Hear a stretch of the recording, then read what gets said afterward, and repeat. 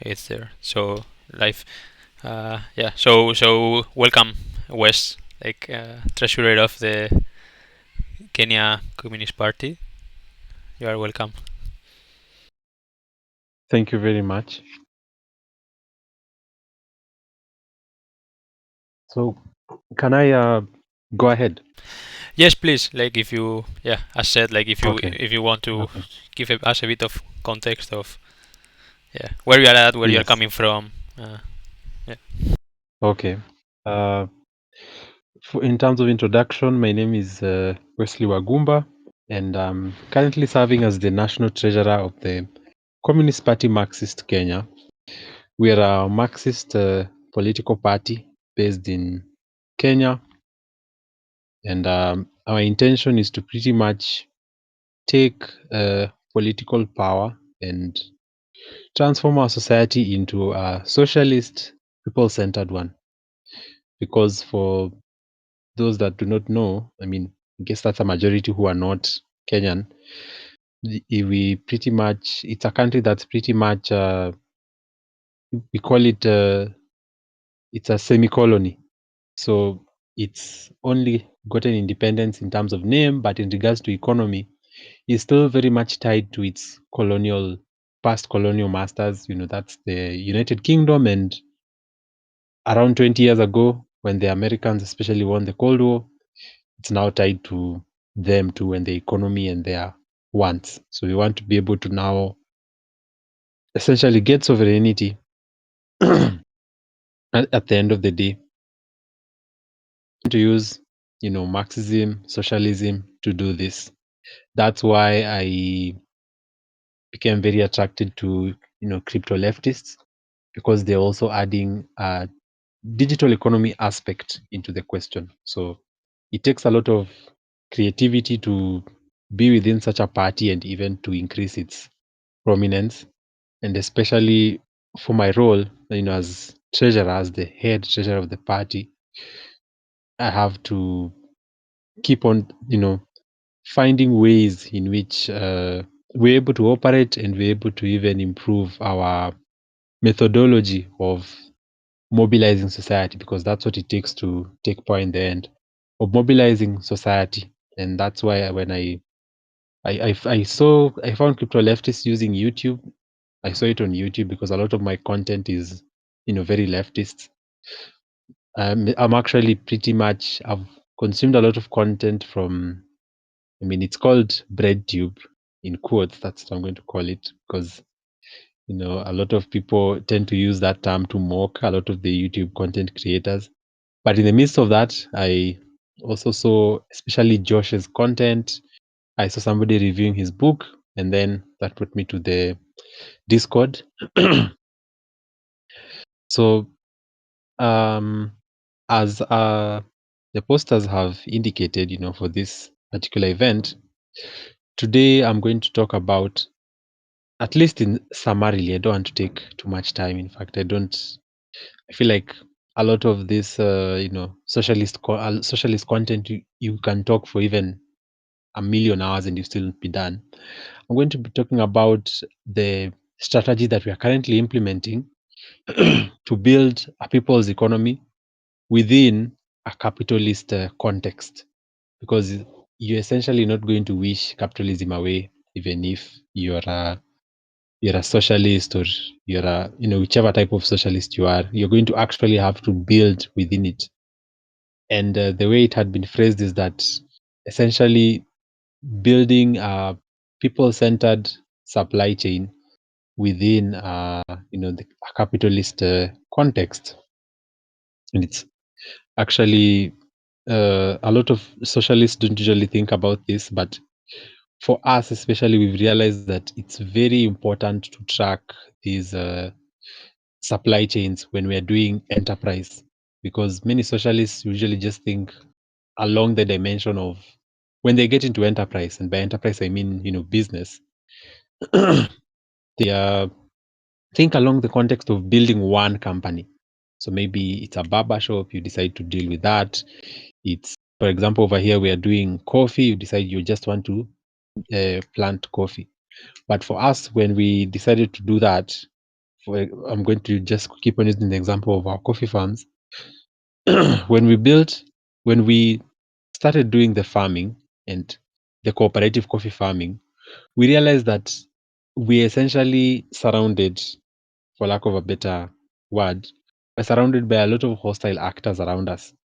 Hostile in the sense that, these are private anti-people enterprises, cartels, people who are doing a lot of price setting so that they can benefit and they can keep, farmers poor. So we realized that we have to keep on essentially not even a lot in the business world, in the bourgeois business world, we usually call it climbing up the supply chain. But the way we saw it was that we essentially have to own that entire supply chain. So all the way from ourselves who are producing to even the consumers themselves. That's the only way in which we're able to uh, achieve our goals. And this is also a good segue because I haven't started from the beginning of our logic in regards to why we are doing enterprise. I've only said that I'm national treasurer and hence doing enterprise. So the role of a national treasurer, that's where I'm going to start.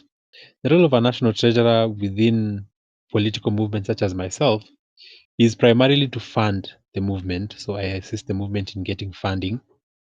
And traditionally, over many years, even including to Cold War years, when the Soviets were the ones funding a lot of these movements, including the ones fighting to get independence from colonization, the main way a lot of these parties used to get funding was donations. So they were given a lot of money, and then the treasurer's role at the time was just figuring out how do we get that money into our party? How do you prevent that money from being stolen? How do you appropriate it to different types of activities? But in the modern era, especially now that we no longer have the Soviets and we no longer have a Cold War, a lot of our movements, in order to be sustainable, cannot rely on that being, their dominant model. In fact, even when it was the dominant model, it still wasn't sustainable. People used to change, how they organize based on the types of demands that their donors are giving them. So if it was you receiving the money from Moscow, when they're in conflict with China, your political entity is supposed to also be against the Chinese, even though maybe you don't want any involvement in that conversation, or maybe your organization didn't even have a problem with Mao during that time. So for us, they still persist in terms of in terms of people being bullied to say whatever is required by their donors. This still persists even in the modern day.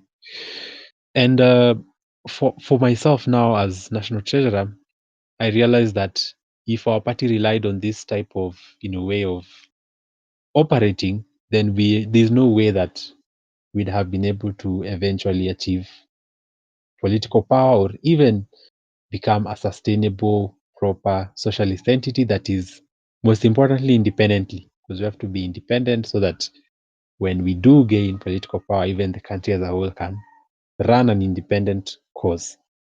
With that being said, uh, in terms of the only way you can be sustainable, apart from receiving money, it's pretty much getting into enterprise yourself. And for a lot of socialists, especially in the current era, we call them Dengists. Uh, they're named after, Deng Xiaoping, the Chinese leader from the 70s, who he opened up the Chinese economy and he set up, he allowed the setting up of private enterprise. A lot of socialists tend to outsource production to private enterprise. So, you have a bunch of mini capitalists that you control. And a lot of socialists tend to, who also realize that, or at least want to do enterprise, they also tend to do the same thing. So for us, if it was in another context, that's the route we would have followed. We would have perhaps leased land and then given it to some person who's doing production. They hire labor. And again, I'm just going to stick to coffee. as an example.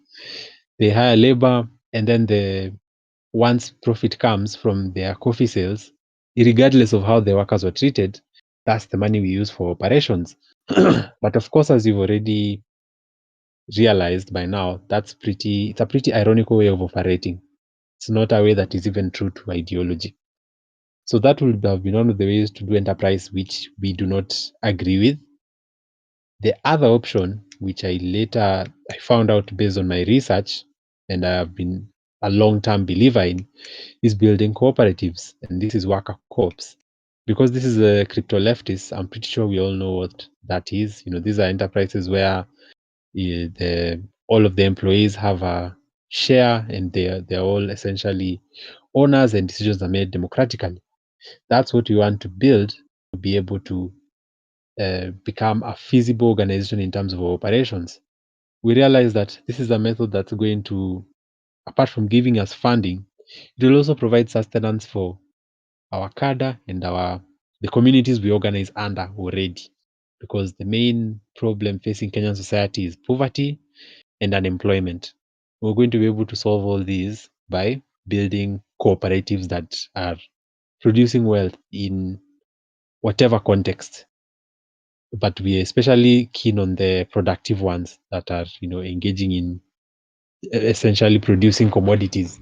So this is farming, this is even light manufacturing. Our country doesn't have heavy manufacturing yet. So yes, that's the rationale. And our goal initially was to build, we now had to get ideas from our cadre, and everybody has an idea of their own. A person wants to build an enterprise that was perhaps going to be a hair salon. For us, we interpret as now that has to just be a cooperative salon. So we collect a lot of hairdressers, and then they'll make decisions democratically, and they'll handle a lot of the profit and the loss, and some of it goes to the party. Of course, a very minimal amount, because it's also not sustainable for the party to take a large chunk, as we've seen with Leninists of the past.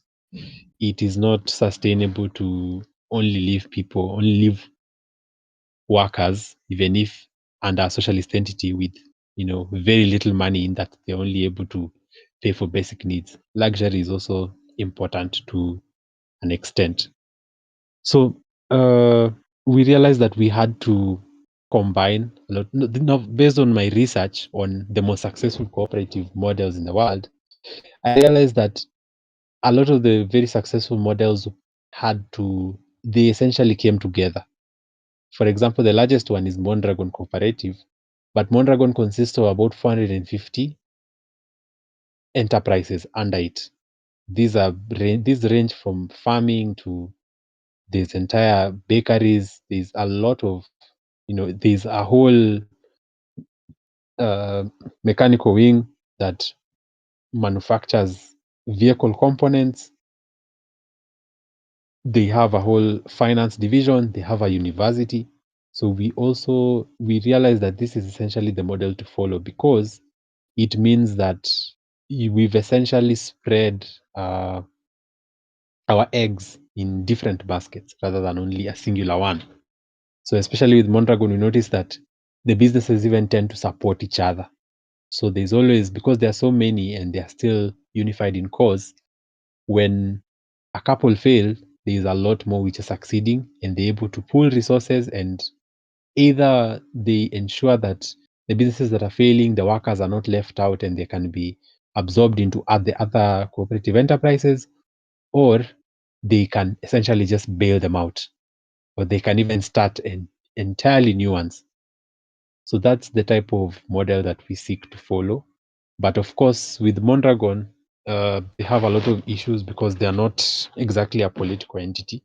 It was just set up to set up more of a community entity in that part of Spain. If I'm keen on its history, it was started by a local priest. So it's not politically tied, and they don't, seek political power or anything of the sort. So that's why a lot of workers who are within the cooperative now are even they are outsourced labor, and they are paid and treated according to capitalist rules and norms, capitalist enterprise rules and norms. So for us, we'd like to take it a step further so that we can now have these types of sets of cooperatives, at least an agglomeration of them. That's why even on the poster, apart from being National Treasury of CPMK, there's also that term. It's Umoja Council of Cooperatives. That's the concept that we are setting out. So we seek to, once our cooperatives are operational enough, I mean, for now, some are operational, a lot of others are still not, and we're also getting a lot of new ideas. But once they're operational enough, we seek to also combine them into a singular council whose goal is just to essentially, improve the types of societies we're in, try to solve unemployment, poverty, and also now seek political power in conjunction with the party, my party, to essentially change our country from a neo-colonial one to an independent one, and hopefully a strong independent one where our president cannot be kidnapped like we've seen in Venezuela and the types of imperialist aggression that the Americans are doing to them. In which case, I do hope that the Americans definitely fail. I mean, it's a horrendous situation we're dealing with right now. So yes, in terms of our ultimate goal, what I'm essentially talking about, it's called dual power. If you look at socialist theory, we are trying to establish a system where, because the way dual power means is that you essentially create power to contend with the mainstream existing, capitalist elite. So the capitalist elite is in the capitalist system is usually under the state.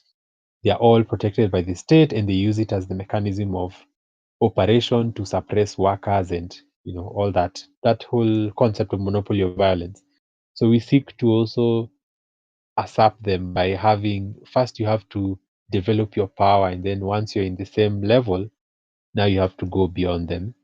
Either, it could be mobilization, it could do strikes, could do armed resistance, could do even elections. I mean, for example, how Chavez got into power.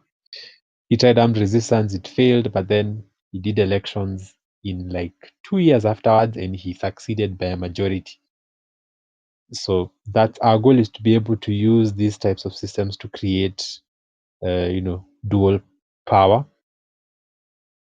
and also at least to be able to show the Kenyan working class that a better alternative is possible, that is not, whatever we have under capitalism right now, but also is not what was there before with Eastern European communism and the type of authoritarianism that existed with central planning, and also not an option that's like socialism with Chinese characteristics, which is basically just Marxists who are Marxists who are essentially babysitting a bunch of capitalists. We also feel like there needs to be, new socialist consciousness that is totally authentic, but still very much, in opposition and better than the existing capitalist system. So that's our goal.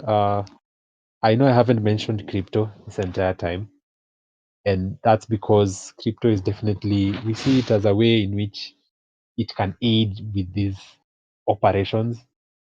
I mean, it's not necessarily tied to our primary vision, as I've seen with a lot of organizations within leftists, but it adds what we are doing. So, for example, transferring money seamlessly in terms of even banking, crypto offers a good alternative that cannot be curtailed by the state, especially, looking at the kinds of system that one of the cooperatives within crypto leftist bread chain offers in terms of how you can even save with it.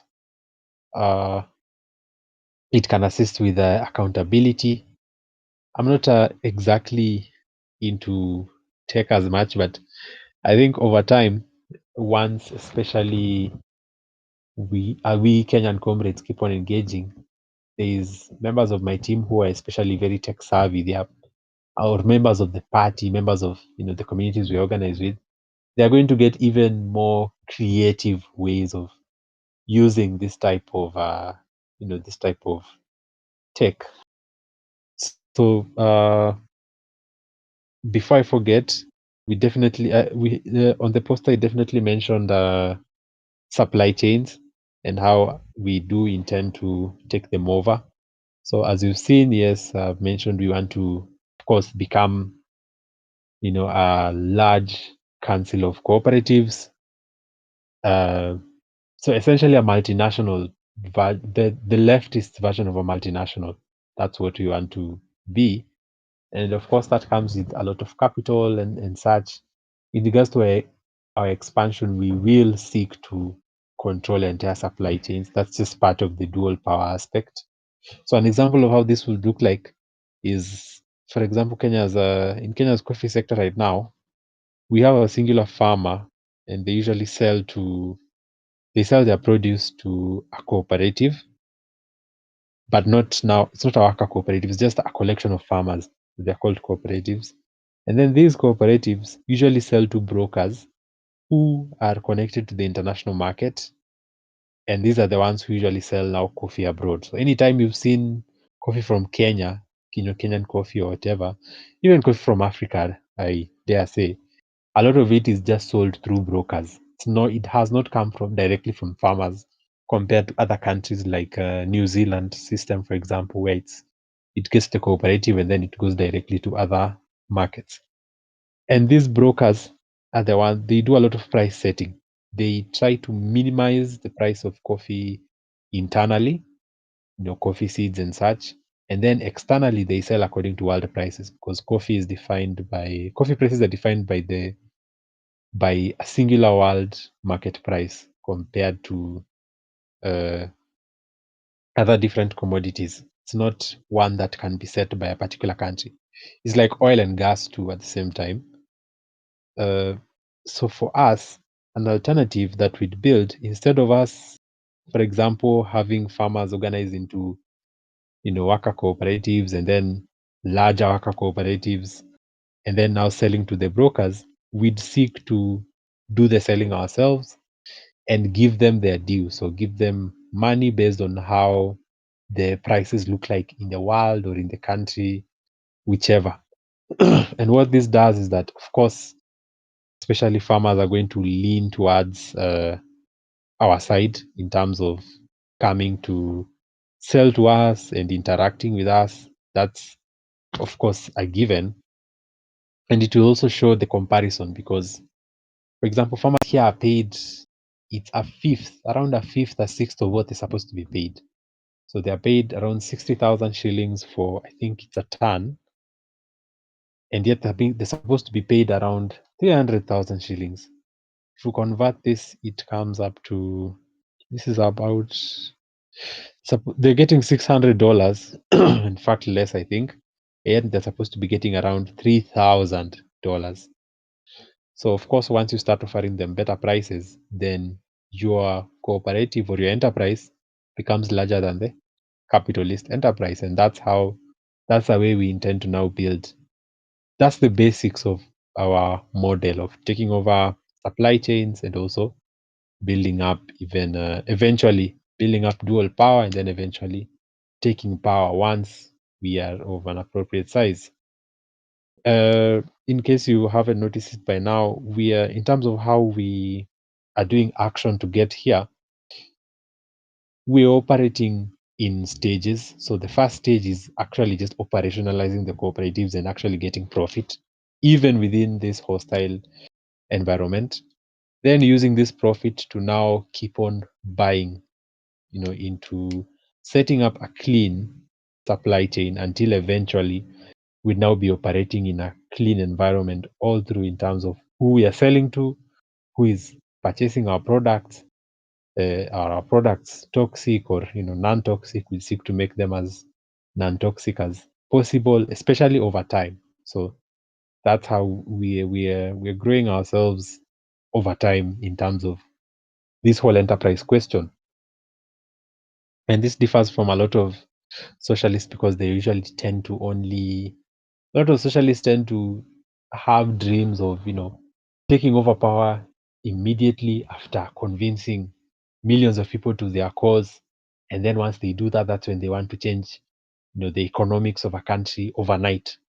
And we don't think that that's a very realistic way to think of, how power or how the world works. You actually have to prove a lot of your, ways of doing things before people can now buy into them. And then gradually you're going to keep on growing. So this is essentially, I know a lot of you know about, class warfare, especially in sociology and in terms of how it's done in society.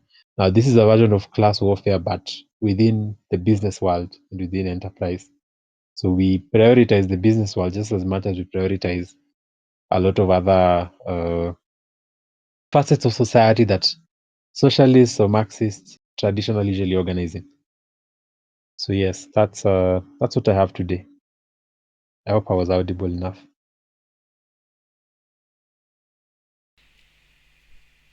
Yes, indeed. Thanks a lot. Yeah, yeah, very clear explanation, in my opinion, and it definitely resonates. Thanks for sharing. Hmm.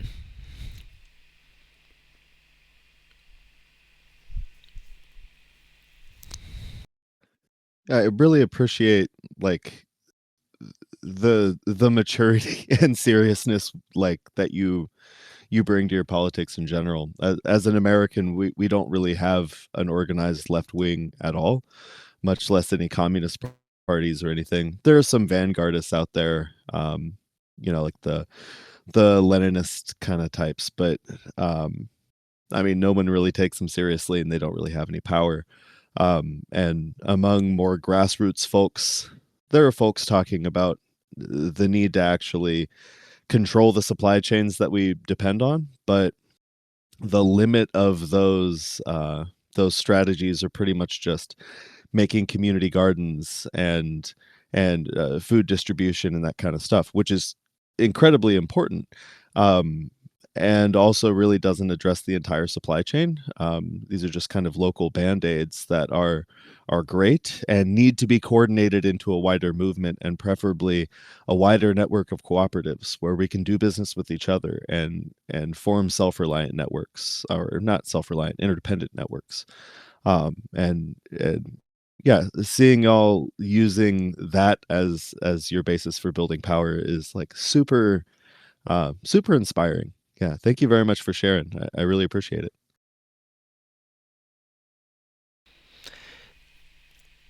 Mm, something that comes to mind now is like, well, I mean, we could go into, uh, I think, many details. So, but something that comes to mind that would be nice to also put in the kind of on top of the presentation of what you just shared is, uh, what is it that you need, or um, how do you think folks listening to this could, yeah, could help, or yeah. Okay, yes, that's actually an important aspect that I forgot to mention. I think I just focused on the explaining bit.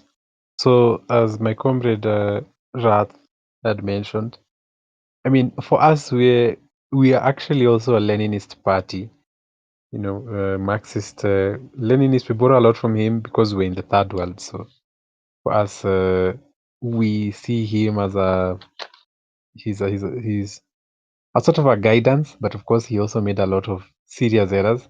For example, Lenin, there's a time I don't know what he was talking about, but he was trying to reiterate that the workers' state is essentially what controls, enterprise generally, like in totality. So he had used, I think he called it, he had used a ternary. I can't remember what ternaries I used to do in the past, that is, but there's a saying of his where he says that the ternary does not belong to the workers within the ternary itself. And for a long time, I had switched this quote to say that the ternary belongs to the workers. I can't remember if the workers have an identity, like a specific name for themselves, but what I'm trying to say is that we exist in terms of how we absorb our theory. We borrow a lot from the grassroots, even from the anarchist type of grassroots, because anarchists are who usually emphasize, the use of cooperatives, especially. And we also borrow from a lot of mainstream, types of Marxists. We even borrow from even the Chinese, the Soviets, whichever essentially works to fit our context of seeking power and even what comes after. So yeah, we're also familiar with a lot of the the American communist parties, even the Leninist ones. So in regards to what we do require for this effort, we pretty much are just looking for people who can collaborate with us to actualize a lot of these projects. We're looking for people who can do action. That's essentially it.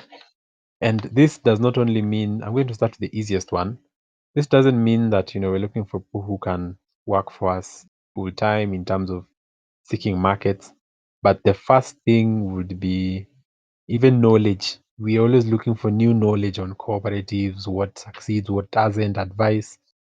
That will be the first one that we realize a lot of people can offer, people who are interested in such projects. So we're looking for knowledge, but now I'm also going to go to now the most important things we're looking for is essentially we have cooperatives that are seeking to sell to markets abroad. We have one that's dealing in textile, that's selling essentially socialist merchandise. It's called Red Stitch. We launched it around October. We even have a whole Twitter account, and we've been struggling to even get vendors in Western countries who can collaborate with us in terms of fulfilling a lot of our orders. So the way it works is that for us have we have a collective of local artists who do a lot of like designs. So could be a portrait of Mao, etc. And then we put these designs in merchandise. So we render them essentially digitally. Then it's just printed out, and that is what is sold. Because we realize that there's a gap between the type of work artists are producing and the type of compensation they're getting. They are not getting a lot of money based on the quality of our work in our local art scene here in Kenya, because the scene is still very small. We don't have a lot of people who are buying it. So we realized if we could just package it into merchandise, in shirts, caps, trousers, that sort of thing, they can definitely earn at least a sustainable revenue. So that's how we are creatively doing it. But we haven't been able to get partners in markets that are viable.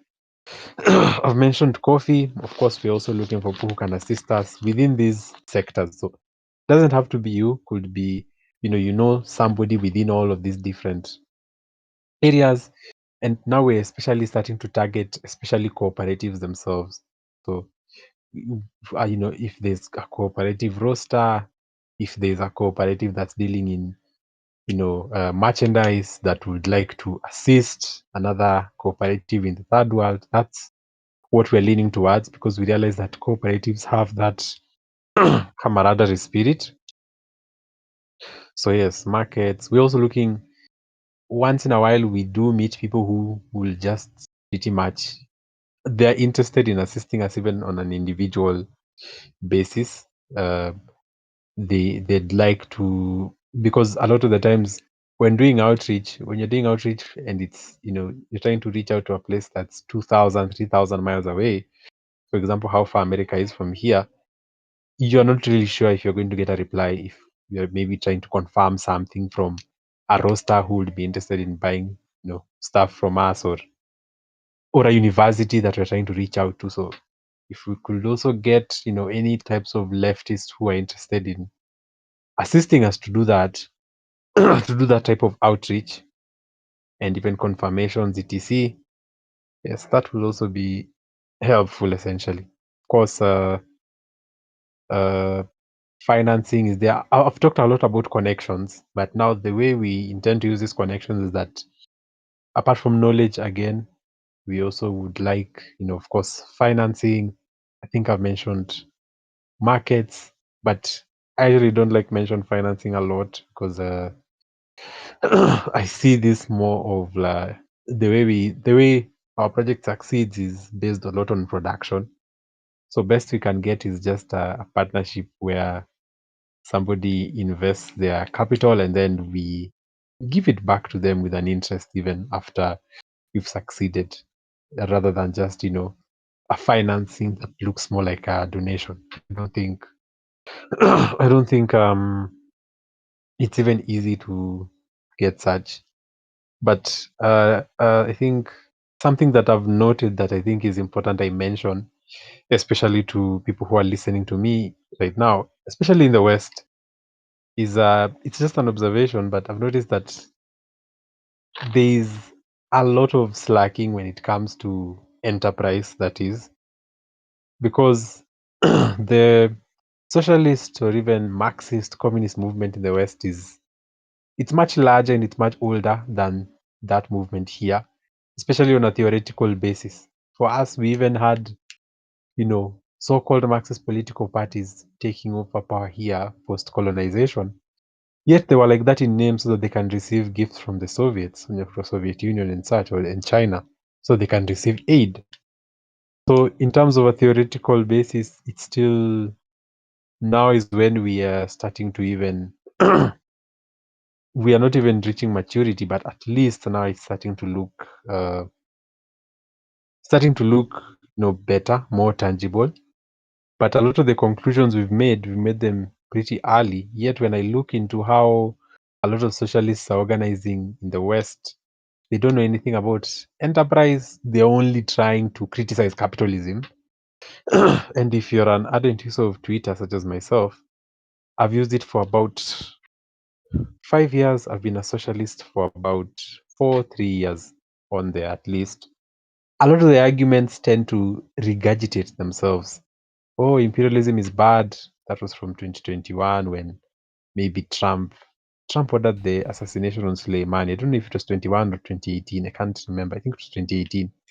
But then again, it was repeated again when they did something to Palestine, repeated again during the Ukraine war. So these are just criticisms of, you can even actually track the criticisms based on the boom and bust of the capitalist world.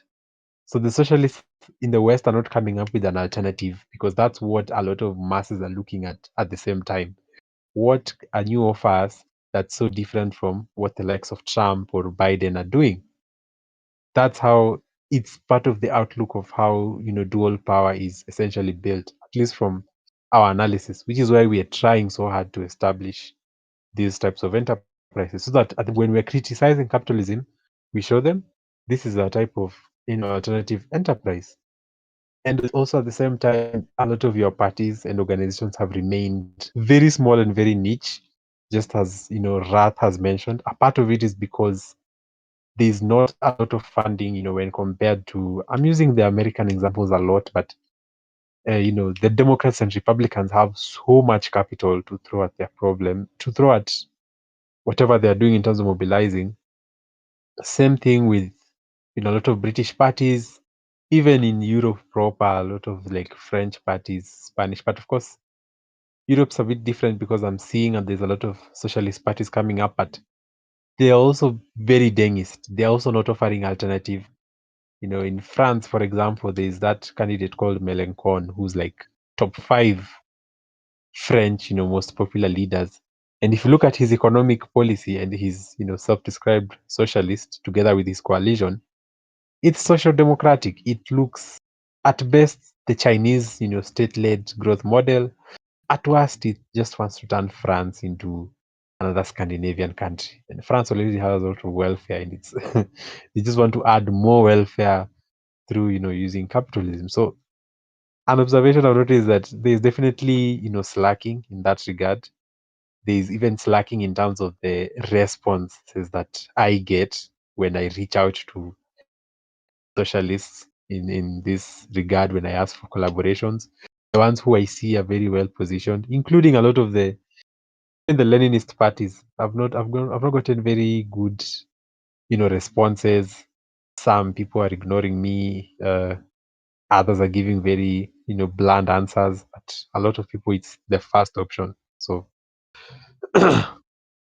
yeah, that's just an observation. I think perhaps they can use it as a form of self-improvement.